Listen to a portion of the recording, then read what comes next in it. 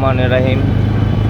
বৈষম্য বিরোধী ছাত্র আন্দোলনের মাধ্যমে আজকে আমরা একটি নতুন সকাল উদযাপন করতেছি।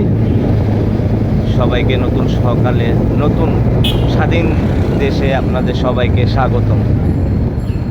দেখেন, গতকালকেও গত পরশু দিনও এই হলগুলো কি আতঙ্কে বিরাজমান ছিল। আজ কত আনন্দঘন একটা মুহূর্ত, সুন্দর সকাল, নিরিবিলি পরিবেশ। আমরা চাই সুন্দর সকালটা সুন্দরভাবে উদযাপন করি। এই সেই আমাদের বঙ্গবন্ধুর ভাস্কর্য, যা কিনা আগামীকাল গতকালকে ছাত্র আন্দোলনের মাধ্যমে কিছু লাগে নেই, চেহারা অর্ধেক ভেঙে গেছে। দেখেন কি অবস্থা।